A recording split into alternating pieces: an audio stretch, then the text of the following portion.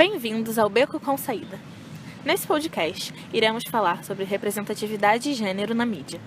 Nós iremos dar enfoque à representação da mulher nos principais meios de comunicação e começaremos pelo de maior alcance no Brasil, a TV. O Brasil tem a maior indústria de telenovelas do mundo e exporta para vários lugares e tal. E é muito importante a gente analisar o papel da mulher nas novelas, porque é algo muito propagado não só aqui, mas também lá fora. Bom, a gente tem vários estereótipos sobre a mulher na novela brasileira. O mais comum deles é a questão da dualidade entre as mulheres que são protagonistas ou coadjuvantes da novela, que sempre tem uma mulher boa e uma mulher má. As personagens são sempre pouco complexas, ou seja, ou sempre são muito boas ou as vilãs, como por exemplo a Nazaré e a Maria do Carmo, de Senhora do Destino, e a Cristina e a Serena, em Alma Gêmea. Tem outras questões também que são muito associadas à figura da mulher, não só em novelas de época, mas também em novelas que retratam a atualidade, que é a questão do golpe do baú, a pessoa se casar para ter um filho e tirar todo o dinheiro do marido e tudo mais. A questão de procurar um bom partido, a mulher sempre procura um homem nesse viés financeiro. Muitas vezes o que não tem muito dinheiro acaba não ficando com a mulher que gostaria e tal. E, além disso, nas novelas mais recentes, a gente vê muita questão da mulher querer tirar todo o dinheiro do homem, seduzir ele para isso. A mulher é sempre interesseira, o homem é sempre a vítima e tal. Bom, mais recentemente, as novelas têm tido uma abordagem um pouco mais crítica sobre a situação das mulheres no Brasil, retratando situações de violência doméstica e outras questões importantes ligadas à representatividade. Então a gente tem uma mudança aí muito importante no panorama, mas ainda muito tímida. A gente pode observar também que a mulher dificilmente é a dona de uma empresa ou bem-sucedida na carreira. Elas costumam ser as esposas dessas pessoas, desses empresários, dessas pessoas bem-sucedidas, e acabam sendo sempre ficando em segundo plano. Também é muito comum que a protagonista, quando é uma protagonista ou mesmo a mocinha da trama, ela tenha que escolher entre o mocinho e o vilão, sendo que o vilão sempre trata ela mal. E muitas vezes ela não quer, ou coisa do tipo, mas ela acaba ficando com ele por pena, até que o mocinho vai lá e salva ela, mesmo ela estando num momento de fragilidade emocional e tal. Retrata muito essa questão da falta de amor próprio, mas sempre um enredo muito comum em várias novelas e que costuma dar certo. Bom, quando a gente fala em representatividade das mulheres negras, a situação é ainda pior. As mulheres costumam ser minoria e aparecem ou em serviços domésticos ou como vilãs da trama. Quase nunca são protagonistas, e quando são, elas necessariamente são bonitas, e não raro ocorre a hipersexualização e tudo mais. A representatividade para as pessoas trans também é ainda menor. A gente tem A Força do Querer, que é a primeira novela que trata diretamente dessas questões.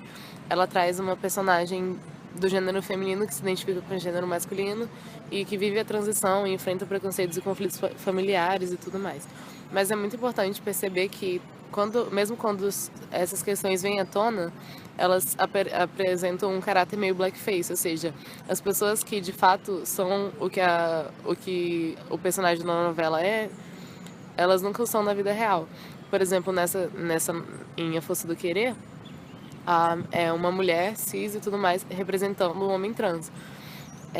A gente tem muito disso nas novelas brasileiras. Por exemplo, os gays nunca são atores gays, e quando tem gays na novela, eles são sempre muito caricatos, eles são sempre muito... É sempre muito estereótipo. Bom, saindo um pouco das novelas, a gente pode analisar na TV em geral. A representação da mulher também é muito sexualizada. A gente pode citar o programa Pânico, por exemplo. As paniquetes são mulheres com uns corpos esculturais, mas que são sempre tratadas como mentalmente incapazes, como objetos, passam por humilhações constantes, fazem coisas que elas não gostariam de fazer. Além de vestirem roupas muito pequenas durante o programa inteiro, muitas vezes a câmera sequer pega o rosto delas e tudo mais. Elas são simplesmente objetos no programa. E isso vem desde muito tempo, né? Porque tem muita gente que acredita, principalmente as gerações anteriores, que a qualidade dos programas de TV vem diminuindo e que acham que o Pânico é um programa muito apelativo, só que desde a época do programa do Chacrinha, as mulheres já eram objetificadas ao ponto de elas só ficarem servindo de plano de fundo com aquelas roupas super decotadas e dançando, né? E hoje a maioria dos programas de auditório ainda continua com essa prática, só que eu acredito até que naquela época as roupas ainda eram mais expositivas. Bom, na TV em geral são muito comuns esses programas que trazem a mulher como um objeto sexual. A gente não pode deixar de falar das propagandas também, é muito clichê nas propagandas de cerveja, as mulheres de biquíni. É sempre associado ao sucesso com as mulheres, e sempre aparecem várias mulheres de biquíni ao redor dele e tudo mais. E é isso que acaba vendendo a cerveja. A gente pode citar também as propagandas dos produtos de limpeza, por exemplo, que além de serem sempre direcionadas às mulheres, elas sempre apresentam a mulher nesse papel de cuidar da casa e tudo mais. Quando o homem aparece, ele nunca está lá ajudando ela, mas ele está fazendo a coisa errada e ela mostra a coisa certa e faz no lugar dele, ou coisa do tipo, reforçando como se o papel da mulher fosse esse, na sociedade e tudo mais. Bom, a gente sabe que o papel da mulher na sociedade mudou, mas a TV não parece ter acompanhado essa mudança.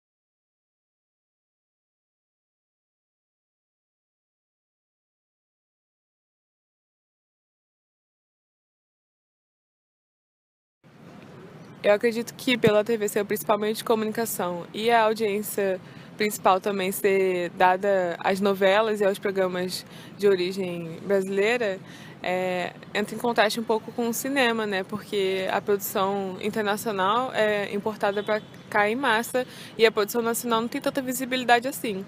Então, a gente pode dizer que no cinema talvez a gente poderia ter uma representatividade mais diversificada.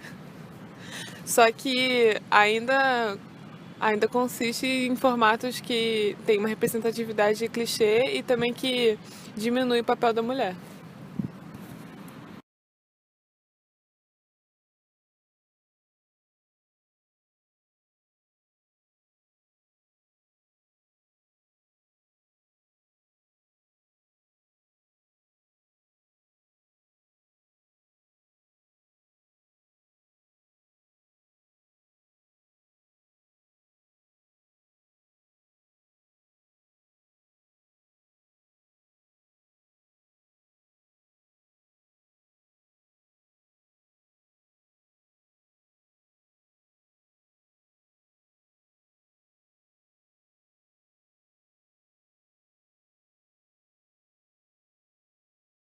Ela tem gostos similares aos dele e até o modo de se vestir, essas coisas. E ela meio que surge para transformar a vida dele, mas na própria vida da personagem, na verdade, nada acontece. Um exemplo desse tipo de caracterização pode ser o filme 500 Dias com Ela, por exemplo. O segundo estereótipo é a femme fatale, que é aquela personagem linda, de acordo com os padrões de beleza, e que ela faz grande uso do seu sex appeal, e normalmente ela seduz o personagem principal, que é enganado por ela, e leva ele a tomar decisões erradas, e que, caso ele não estivesse sob a influência da sua beleza, ele não tomaria. Por exemplo, o filme Beleza Americana. O terceiro estereótipo é da Beach Workaholic, que é uma personagem voltada para a vida profissional, muito focada na carreira. E normalmente ela é aquela chefona que manda em todo mundo e ela é retratada como uma megera. Em algumas vezes também ela é muito vaidosa. E o interessante sobre essa personagem é que normalmente no final dos filmes quando ela é a personagem principal, ela passa por uma mudança radical de comportamento e que na maioria das vezes é orientada por um personagem masculino, que ela se apaixona por ele e aí ela muda completamente de vida. Ou, quando ela não é a personagem principal, ela é menosprezada pelos outros personagens e, vamos dizer, que acaba sozinha.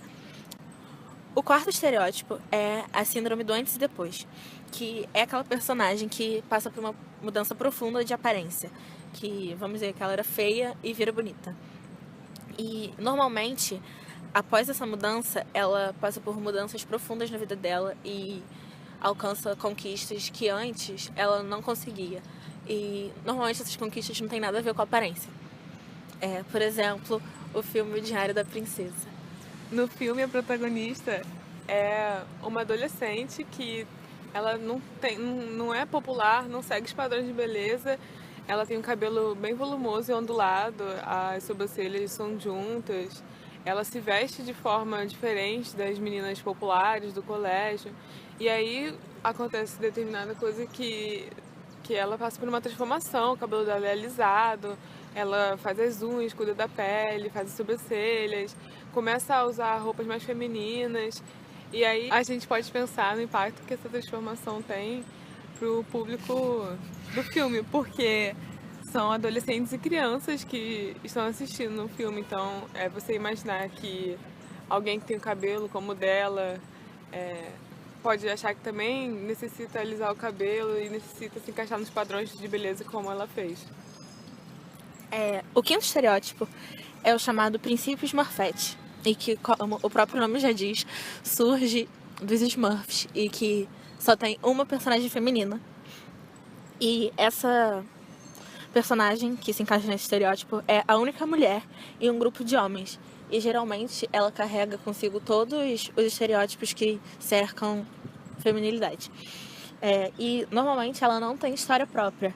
A história dela e o desenvolvimento dela são sempre guiados pela narrativa dos personagens masculinos. Um exemplo disso, como o próprio nome já diz, são os Smurfs. E o sexto e último estereótipo são as chamadas mulheres em refrigeradores. Isso surgiu quando uma mulher, que eu não me lembro o nome dela agora, estava lendo uma revista em quadrinho, e aí a namorada do herói morreu e foi congelada após sua morte. E aí ela parou para analisar outras histórias e percebeu que muitas vezes a namorada ou a mãe ou alguma personagem feminina muito próxima do personagem principal morre ou sofre algum acidente que a deixa debilitada, e a tragédia dessa personagem serve de gatilho para o desenvolvimento da história do personagem masculino, que normalmente é um herói. Como, por exemplo, o espetacular Homem-Aranha. Outra forma da gente analisar essas personagens femininas no cinema é o chamado teste de Bechdel, que foi introduzido por uma cartunista, Alison Bechdel, daí o nome, em uma tira chamada A Regra, na qual uma personagem feminina declara que ela só assiste a um filme se ele cumprir aos requisitos que são: uma obra possui pelo menos 2 mulheres que conversam entre si sobre algo que não seja um homem. E versões mais recentes do teste determinam que essas mulheres tenham nome e que a conversa dure mais do que 60 segundos. Então, é interessante a gente pegar os filmes que a gente assiste, e eu proponho a vocês que estão ouvindo fazerem isso, pegar os filmes que a gente assiste ou já assistiu na vida e ver quantos deles cumprem ao requisito desse teste. Outra análise importante de se fazer é em relação ao Oscar, que é uma das maiores premiações de cinema, pelo menos a mais reconhecida, e nos últimos 10 vencedores do Oscar, nenhum dos filmes traz uma personagem feminina em papel principal. E isso é interessante porque os vencedores do Oscar, embora não sejam os filmes que possuam as maiores bilheterias, são os filmes mais valorizados. E isso mostra que as mulheres não têm espaço nesse meio. Uma pesquisa realizada pela Gina Davis Institute of Gender in Media, pela ONU e pela Fundação Rockefeller mostram que em 11 países analisados, de 579 mil personagens falantes ou nomeados, só 30% são do sexo feminino. E as protagonistas são apenas 23,3%, meninas ou mulheres. E normalmente essas personagens são extremamente sexualizadas e são retratadas nuas ou com roupas provocantes. Muito mais que os personagens masculinos. E no Brasil, a participação das mulheres é de 37%, ou seja, maior do que a média mundial. Só que essas personagens são mais sexualizadas do que a maioria. Então, isso mostra que a situação também não melhora muito, porque mesmo que elas apareçam mais, elas aparecem de forma objetificada. Em relação aos filmes de super-herói, que são os filmes que possuem as maiores bilheterias, que são os que fazem maior sucesso, a gente percebe que tem muito pouca representatividade feminina. Normalmente, as heroínas não têm história de fundo e elas existem só para dar apoio aos heróis masculinos. Mas é interessante também observar, por exemplo, o filme da Mulher Maravilha, que traz uma heroína no papel principal. E é um filme que fez bastante sucesso entre o público feminino. E é interessante notar que ele traz um novo gênero de representatividade feminina num universo que é normalmente dominado por homens. Bom, não só no cinema, mas também em outras novas plataformas de entretenimento, a gente pode analisar a representatividade de gênero sob um novo viés, ainda que o público seja claramente distinto, por exemplo, quando a gente analisa os meios mais comuns de entretenimento. Nos serviços de streaming da internet, agora protagonizados pelas séries americanas, principalmente. Tem várias séries agora que têm o intuito realmente de trazer novos artifícios e representações de gênero, de raça, e elas interagem de forma que elas desconstroem, ao mesmo tempo, algum padrão de gênero e algum padrão sobre uma escolha sexual. Nós temos vários exemplos. Na parte das séries de super-heróis, tem a série Jessica Jones, do Netflix, que é protagonizada por uma personagem feminina e ela é uma super-heroína e ela tem super força, e toda a história dela, da personagem por trás, é realmente uma história de superação em questão de misoginia. E também tem a série Sense8, que apesar de ter sido cancelada recentemente, demonstrava várias novas formas de convívio social e também dava representatividade para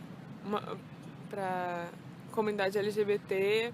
Tinha também uma personagem, inclusive uma das protagonistas, que era uma mulher trans e também era interpretada de fato por uma mulher trans. Também tem a série Orange is the New Black, que também tem uma mulher trans, que também é interpretada por uma atriz trans. E, além disso, conta com uma série de reflexões sobre o papel da mulher,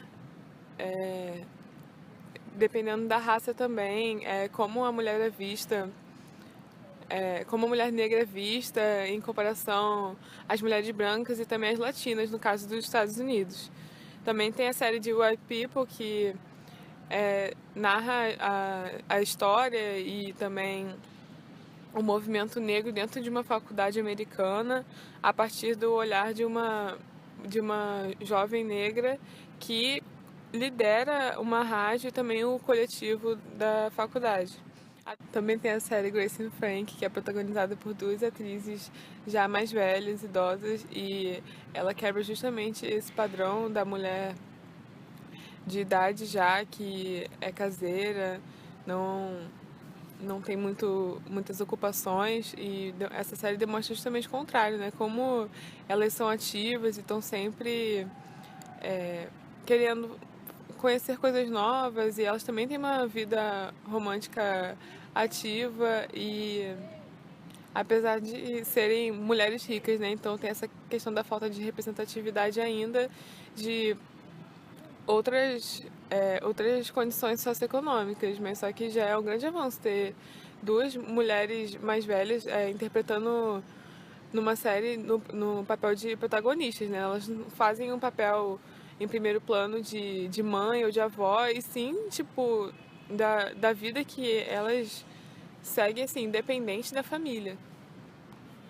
Mas apesar das séries terem esse viés mais inovador e desconstruído, um resultado da pesquisa brasileira de mídia, que é realizada anualmente pela Secretaria de Comunicação Social da Presidência da República, descobriu que no ano de 2016, por exemplo, o meio de comunicação mais utilizado ainda era a TV, com 63%, seguido da internet, com 26%.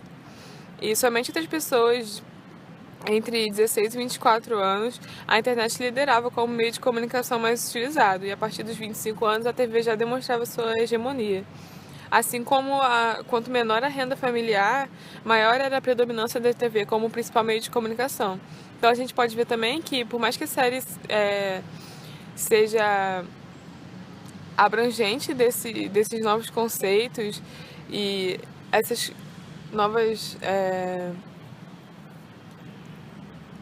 construções do papel da mulher e também de gênero, a gente pode observar que não é algo que atinge todo mundo, porque nem todo mundo tem acesso à internet, nem todo mundo usa a internet como um meio de comunicação principal, muito menos tem como forma de entretenimento principal ver séries nesses serviços de streaming da internet.